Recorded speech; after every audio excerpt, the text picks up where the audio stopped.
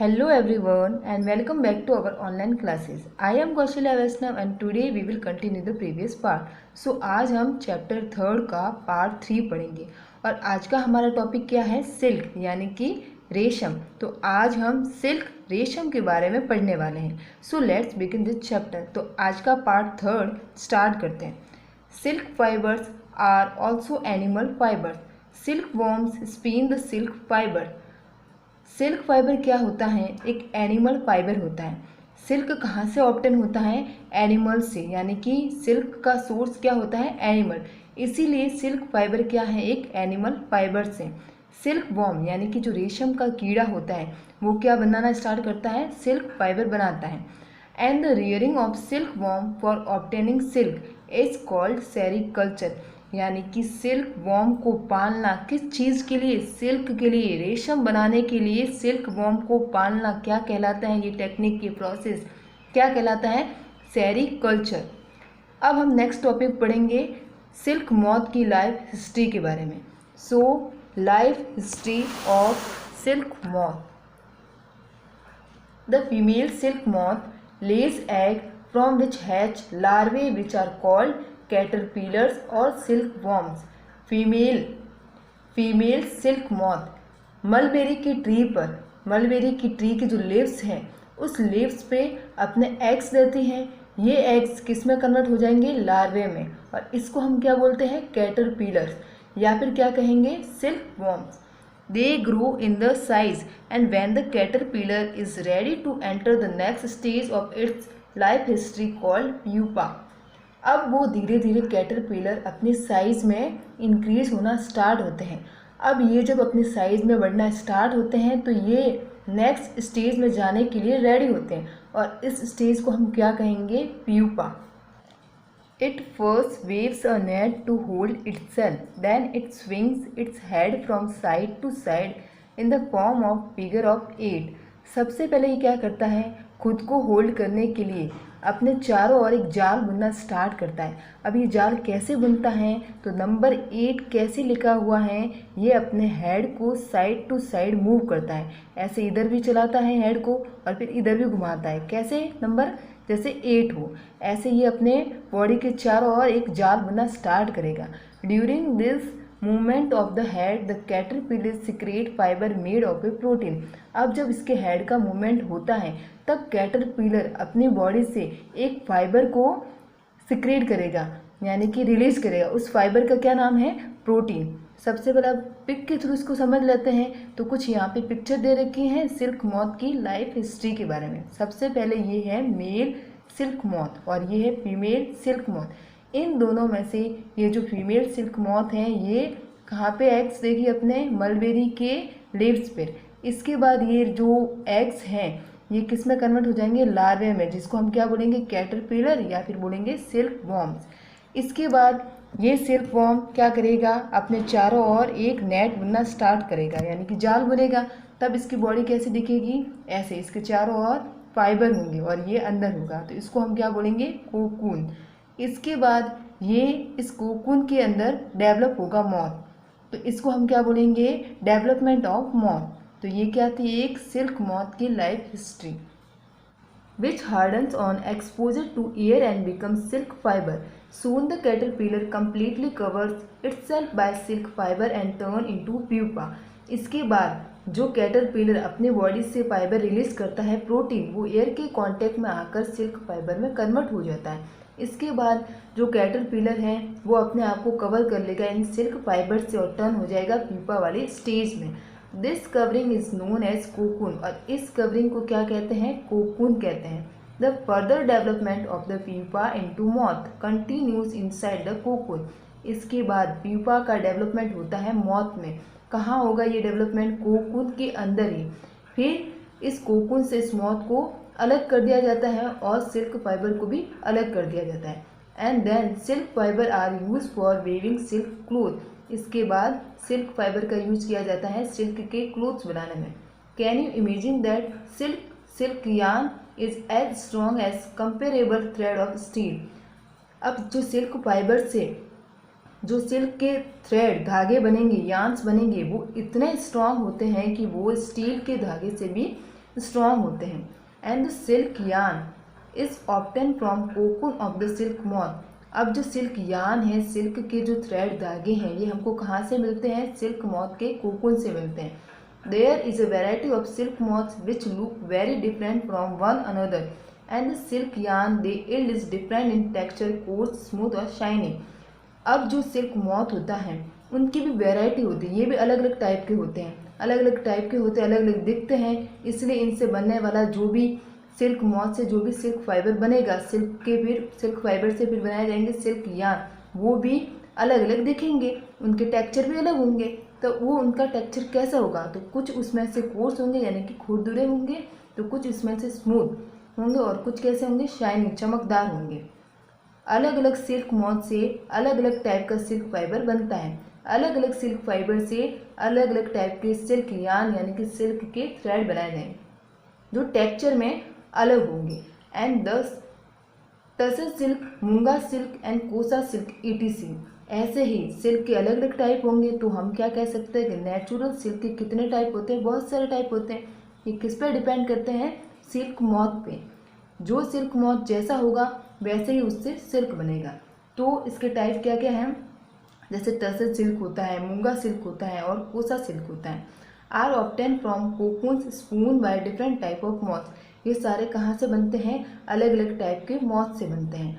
And the most common silk moth is the mulberry silk moth. और इनमें से सबसे ज़्यादा मोस्ट कॉमन सिल्क क्या है? Mulberry silk moth. जो कहाँ से बनाया जाता है? मलबेरी के सिल्क मॉथ से बनाया जाता है और इस सिल्क को क्या बोलेंगे? Mulberry silk. And the silk fibre from the cocoon of the moth is soft, lustrous and elastic and can be dyed in beautiful color। और इस मॉथ से जो भी सिल्क फाइबर बनाया जाएगा वो कैसा होगा? टेक्सचर में सॉफ्ट होगा, चमकदार होगा, इलास्टिक होगा उसमें, और उसको अलग अलग टाइप के कलर्स में डाइड भी किया जा सकता है। सेरीकल्चर और culture of silk worm is very old occupation in India. हमारे इंडिया में सिल्क वॉर्म्स जो रेशम के कीड़े हैं उनकी रेयरिंग करना ये हमारे इंडिया का सबसे पुराना ऑक्यूपेशन है। And India produce plenty of silk on A commercial scale. और इसी की ऑक्यूपेशन की हेल्प से इंडिया बहुत सारे सिल्क को प्रोड्यूस करती है। अब आगे 3 एक्टिविटी दे रखी है। फर्स्ट से एक्टिविटी 3.5, उसके बाद एक्टिविटी 3.6 एंड उसके बाद एक्टिविटी 3.7। एक्टिविटी 3.5 में क्या कहा गया है कि आपको अपने घर पे जो भी सिल्क क्लोथ हैं उसके अलग अलग पीसेस बनाने हैं और उसके बाद अलग से टाइप लिखने हैं। या फिर आपके घर पे नहीं है तो आप क्या कर सकते हैं? टेलर की शॉप पे जाकर वहाँ पे सिल्क के क्लोथ के जितने भी पीसेज आपको मिलते हैं वो अपनी नोटबुक में लगाकर उसके बाद उनका नाम लिखना है कि कौन सा सिल्क है, ये मलबेरी सिल्क है या टसर सिल्क है या एरी सिल्क है या मूंगा है या फिर कोसा है या फिर मलबेरी है। तो ये इनके टाइप आपको आइडेंटिफाई करने हैं। ये एक्टिविटी 3.5 में कहा गया है। नेक्स्ट इंपॉर्टेंट एक्टिविटी 3.6, इसमें क्या कहा गया है कि सबसे पहले हमको एक आर्टिफिशियल सिल्क का थ्रेड लेना है एंड प्योर सिल्क थ्रेड। इसके साथ ही एक प्योर सिल्क थ्रेड लेना। आर्टिफिशियल क्या होता है? जो मैन मेड होता है, और प्योर सिल्क थ्रेड क्या होता है? जो नेचर से अपन को ऑब्टेन होता है। तो इन दोनों को लेकर हमको इन दोनों को जलाना है। Burn this thread carefully. दोनों को जलाना है। Did you notice any difference in the smell while burning. अब दोनों को जलाने में आपको क्या नोटिस करना है? दोनों की स्मेल को नोटिस करना है। नाउ बर्न ए वूलन फाइबर केयरफुली। इसके बाद एक वूलन फाइबर लेना है यानी कि ऊनी धागा लेना है, उसको भी जलाना है। अब did it smell like burning of artificial silk और दैट ऑफ प्योर सिल्क। इसके बाद उस वूलन फाइबर की स्मेल को आपको मैच करना है कि ये किससे मैच करती है? आर्टिफिशियल सिल्क थ्रेड से या फिर प्योर सिल्क थ्रेड से। तो ये किससे मैच करेगी? किसके जैसी स्मेल होगी? ये होगी प्योर सिल्क थ्रेड जैसी। क्यों होगी? क्योंकि नेचर से ऑब्टेन जो सिल्क होता है वो और वुलन फाइबर दोनों ही फाइबर में प्रोटीन होता है, ये दोनों ही नेचर से ऑब्टेन होते हैं, इसलिए इन दोनों को जब जलाएंगे तो इनकी स्मेल एक जैसी होगी। अब नेक्स्ट एक्टिविटी 3.7, इसमें क्या कहा गया है कि आपको जो life history of silk moth है उसके अलग अलग स्टेज को अपने स्क्रैप बुक या नोटबुक में उसके पिक्चर लगाने हैं। अब लास्ट हमारा टॉपिक क्या है In India, women are significantly involved in various kind of industries related to silk production. हमारे भारत में, हमारे देश में जो औरतों का योगदान है सिल्क प्रोडक्शन से रिलेटेड जितनी भी इंडस्ट्रीज़ हैं उनमें औरतों का योगदान सबसे ज़्यादा है. This are rearing of silk worms, rearing of silk from cocoon and processing of raw silk into fabric. अब चाहे तो ये rearing of silk worms हो यानी कि रेशम के कीटों का पालना हो, या फिर reeling of silk from cocoons, cocoon से सिल्क को निकालना हो, या फिर processing of raw silk into fabrics यानी कि रॉ सिल्क से फैब्रिक्स बनाना हो, हर एक जगह हमारे देश में औरतों का सबसे बड़ा योगदान है. By their enterprise they contribute to nation economy, और इसी की वजह से सबसे बड़ा हमारे देश की इकोनॉमी के सबसे बड़ा कंट्रीब्यूशन किसका है? हमारे देश की औरतों का. China lead the world in silk production. सबसे सिल्क प्रोडक्शन में सबसे ज़्यादा सबसे फर्स्ट नंबर पे कौन है? चाइना है. इसके पीछे क्या हिस्ट्री है वो हम नेक्स्ट पार्ट में पढ़ेंगे. And India also ranks among the leading silk production countries. इसके अलावा सिल्क प्रोडक्शन में जितनी भी कंट्रीज़ हैं पार्टिसिपेट करती हैं उनमें इंडिया का भी एक योगदान है और इंडिया की भी रैंक है. तो चाइना सबसे फर्स्ट नंबर पे क्यों है ये हम नेक्स्ट पार्ट में पढ़ेंगे. अब हम आज का होमवर्क देख लेते हैं. सो होमवर्क में आपको 6 क्वेश्चन करना है. Question number 6, make sketches of 2 stage in the life history of the silk moth which are directly related to the production of silk. जो भी हमने लाइफ हिस्ट्री सिल्क मॉथ की पढ़ी है उसमें से आपको 2 स्टेज के पिक्चर को बनाना है. तो इसका आंसर मैं आपको एक बार दिखा देती हूँ. पेज नंबर 28 पर ये जो life history of silk moth है इसमें ई और एफ वाला डायग्राम आपको 6 के आंसर में बनाना है.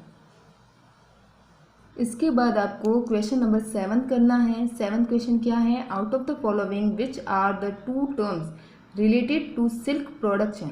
सिल्क प्रोडक्शन से रिलेटेड 2 टर्म्स क्या हैं? सबसे फर्स्ट क्या दे रखा है? सेरीकल्चर, उसके बाद फ्लोरिकल्चर, फिर मोरिकल्चर, फिर एपीकल्चर और उसके बाद है सिल्वीकल्चर. अब सेरीकल्चर है क्या? तो सेरीकल्चर में क्या होता है? Rearing of silk worms for obtaining silk, यानी कि सिल्क वॉर्म को पालना, रेशम की कीट को पालना, किस लिए? सिल्क के लिए. क्या कहलाता है? सेरीकल्चर. एंड नेक्स्ट क्या है? फ्लोरिकल्चर. फ्लोरिकल्चर क्या होता है? कल्टीवेशन ऑफ फ्लावर्स, यानी कि फूलों की खेती करना, क्या कहलाता है? फ्लोरिकल्चर. नेक्स्ट क्या है? मोरिकल्चर. मोरिकल्चर क्या होता है? मोरिकल्चर क्या होता है? जो भी रेशम की कीट है उनके लिए शहतूत के पेड़ को लगाना, यानी कि growing mulberry trees for silk fibre, क्या कहलाता है? मोरिकल्चर. एंड नेक्स्ट क्या है? एपीकल्चर. एपीकल्चर क्या होता है? रियरिंग ऑफ हनी बीज, मधुमक्खियों का पालन, क्या कहलाता है? एपीकल्चर. एंड लास्ट क्या है? सिल्वीकल्चर. ये क्या होता है? Growing and cultivation of trees, यानी कि पेड़ों को लगाना और पेड़ों की खेती करना, क्या कहलाता है? सिल्वीकल्चर. तो इनमें से कौन से टर्म्स सिल्क प्रोडक्शन से रिलेटेड हैं?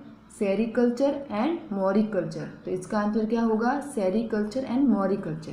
यहाँ पे कुछ हिंट में भी दे रखा है. Silk production involve cultivation of mulberry leaves and rearing silk worm. Silk production का मतलब क्या होता है कि मलबेरी का कल्टीवेशन करना और सिल्क वॉर्म का रियरिंग करना. तो सिल्क वॉर्म की रियरिंग के से रिलेटेड क्या है? सेरीकल्चर, और कल्टीवेशन ऑफ मलबेरी लीव्स क्या है? मोरिकल्चर. तो ये दोनों ही इसका आंसर होगा. सेकंड हिंट में क्या दे रखा है? Scientific name of mulberry is Morus alba, और इसके अलावा मलबेरी का साइंटिफिक नेम क्या है ये आपको लर्न करना है, Morus alba. Last question 8, match the word of column first with those given in column second. तो कॉलम फर्स्ट और सेकेंड को मैच करना है. फर्स्ट क्या दे रखा है? स्कोरिंग. तो इसमें क्या आएगा? Cleaning shared skin. तो फर्स्ट का आंसर क्या होगा? ई. सेकेंड मलबेरी लीव्स, इसका क्या आएगा? Food of silk worms. ये जो सिल्क वॉर्म के लिए क्या किसका काम करता है? फूड का. एंड थर्ड याक. याक से क्या बनाई जाती है? याक से क्या बनाई जाती है? वूल बनाई जाती है. तो इसका आंसर क्या होगा? Wool yielding animal. And fourth cocoon. तो इसका क्या आंसर होगा? A silk fibres. इससे क्या बनाया जाता है? सिल्क फाइबर्स बनाया जाता है. तो ये रीलिंग विथ से भी कनेक्टेड है, लेकिन इसका आंसर क्या होगा? ए होगा. तो ई है फर्स्ट स्थान पर, सी है सेकेंड, और बी है थर्ड, और ए है फोर्थ। तो ये है आज का आपका homework, that is enough for today and we will continue this chapter in the next video. Thank you.